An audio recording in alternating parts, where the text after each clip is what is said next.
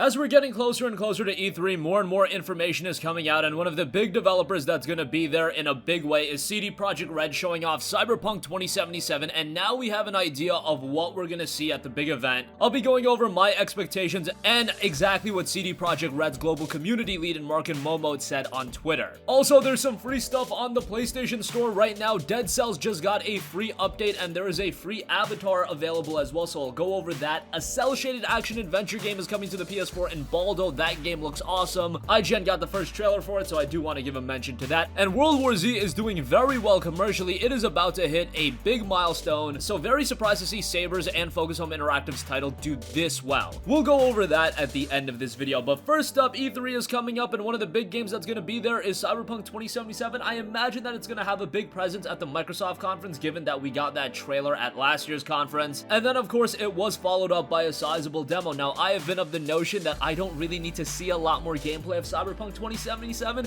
At this point, what can CD Projekt Red really do to sell people on the game if they haven't already been sold? We've seen the gameplay. We've seen 50 minutes of gameplay. We're sold on the game. We're excited about the game. You don't really need to do anything more outside of announce a release date, or at the very least a release window. And that might come at E3 2019. In fact, I expect it to come, given the fact that CD Projekt Red has stated that the show will be its most important ever. And CD Projekt Red's global community lead took to Twitter and said this, quote, "To answer many questions about the demo and whether or not Cyberpunk will be playable at E3, we are going to be hosting gameplay presentations, the game played by us in the cinema." Now, what this means is if you're attending E3, you're not actually going to be able to play Cyberpunk 2077, you're just going to be able to watch a CD Projekt Red employee play the game while you watch it, which is a little bit of a bummer. However, this is exactly what they did for The Witcher 3, so it's not all too surprising in that regard. There's going to be a gameplay demo that everybody sees. However, there's also going to be a behind closed doors gameplay demo, so be mindful of that you're only going to see a snippet of what CD Projekt Red has actually worked on. However, last year they showed that 50-minute gameplay demo behind closed doors at E3, and then they revealed that demo to everyone down the line. I imagine something similar will happen in this case, where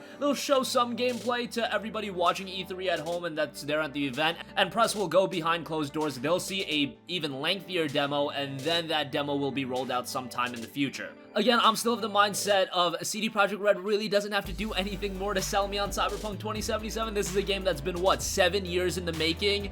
At this point, if you're not excited for the game, I don't really think seeing any more gameplay of the title is going to do you any favor. However, it seems like the majority of people are already incredibly excited for the game. If this becomes an instance where they just go to E3 and they just show off gameplay of the title and don't announce a release date, or at the very least, again, a release window, I think that is an absolute failure. There's no point for them to even be at E3.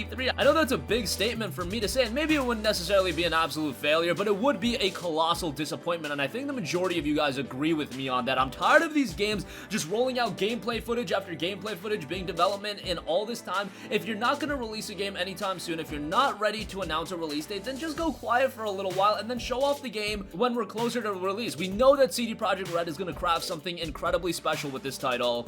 I just want to play it sooner rather than later, and I'm really hoping we get that release date announcement come E3. Okay, moving on from that, Dead Cells has just got a major update in Rise of the Giant that is bringing with it a lot of new content, and I'll go through over all of that. Included is new levels. You've got a new level that's connected to the main level structure and immediately available to anyone who's finished the game at least once. You've got another hidden level for the masochists who know that there is a boss cell 5. There are new bosses mirroring the above. You've got a completely different type of boss available in the main level structure, with another insanely difficult boss hidden behind even more ridiculously difficult content. As far as other new content, there are 10 new enemies, 13 new weapons and skills, and a bunch of other upgrades to core game systems. There are additions to the story and lore of the game, new secrets, new blueprints, and more.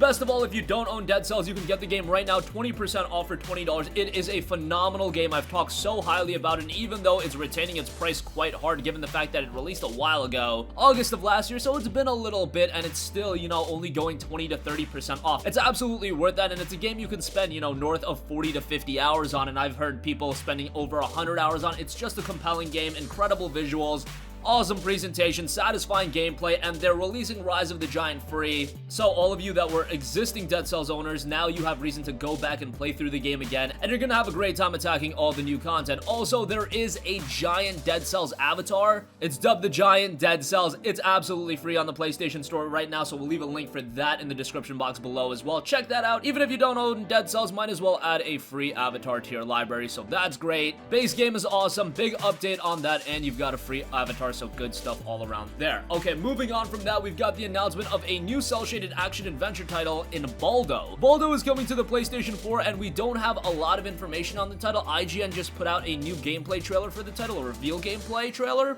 and it looks very good. A lot of people are drawing resemblances to games like The Legend of Zelda. The art style is something similar to The Legend of Zelda Wind Waker. Looks like a lot of the gameplay is similar as well. Art style looks awesome. Presentation is great. I would talk more about the game, but at this point, we just don't have a lot of information. So take it for what you will. Check out the trailer for yourself. The gameplay looks pretty interesting, and I think this could be one that ends up surprising a lot of people. Hopefully, it's a game that releases in 2019, but given the fact we didn't get any sort of release information, no release date, no release window, I could imagine this being one that is a ways away. It is coming from Nap's team, and they released the debut trailer for it. It's on IGN's site, so check it out for yourself. Alright, and lastly, World War Z was one of the more underrated games of this year. At least that's what I thought. I didn't sense there being a lot of buzz for the title. However, it is seemingly doing incredibly well from a commercial standpoint, as it is about to hit 2 million copies sold, which is pretty incredible for World War Z. And the game actually managed to sell 1 million copies in its first week alone, so it is having continued success, residual success, and that's very surprising to me. Also, given the fact that this game was relegated to the Epic Game Store on PC, so you're mitigating some of the sales that way right away. Obviously, from a financial standpoint, they got a lot of upfront money from Epic Games, so financially, they're doing just fine, but the game seemingly didn't sell as well on PC,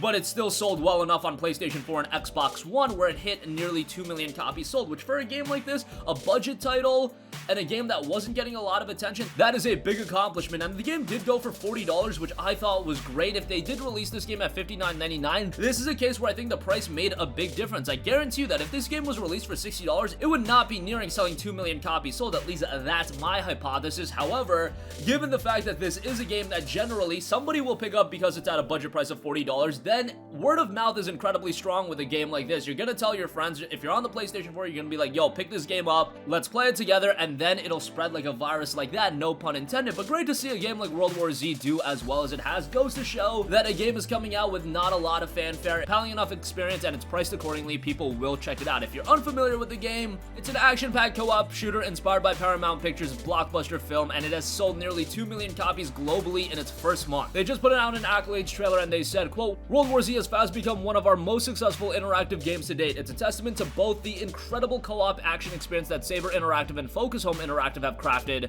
as well as the strong appeal of our hit franchise with fans across the globe. That was coming from Josh Austin, SVP, WWE Licensing and Interactive at Paramount Pictures. Saber Interactive also recently revealed the first season of free content heading to World War Z in the coming months, including a brand new Tokyo mission, a deadly new zombie type, 6 skull difficulty setting, a weekly challenge mode, and bonus cosmetics. Other future free updates will feature a wave-based survival mode, private lobbies, and the ability to switch classes during PvPvZ matches. There's also going to be field of view and level of detail sliders on PC, so even though the game sold really well, they're going to continue to update the game. I know some people have had their qualms and issues with the title, but still surprising to see the game do as well as it has. And that's going to conclude this video. Again, expect some major Cyberpunk 2077 news come E3, crossing my fingers for a release date, because I think that is absolutely important to get that out the door. And yeah, people have been excited for this game for so long, but now it's time to tell them when they're actually going to be able to play it. At the very least, give us a release window. Dead Cells just got a major free update, and Rise of the Giant and an avatar is available free for that. The cel-shaded action-adventure title in Baldo is coming to the PlayStation 4, and World War Z is doing relatively well commercially, hitting almost 2 million copies sold. That's a very impressive number for a game that wasn't getting a lot of attention. That's gonna conclude this video. Sound off with all of your thoughts in the comment section down below. Thank you for watching, and goodbye. Hey guys, we hope you enjoyed the video, and if you did, make sure to hit the subscribe button, and if you're already subscribed, do us a favor and hit the bell icon. This way you'll be notified whenever we post a new video. That's the best way to keep up with all of our uploads, and we usually try to upload 2 videos a day. And with the bell icon hit, you'll be notified whenever we do upload a video. As always, thanks for watching.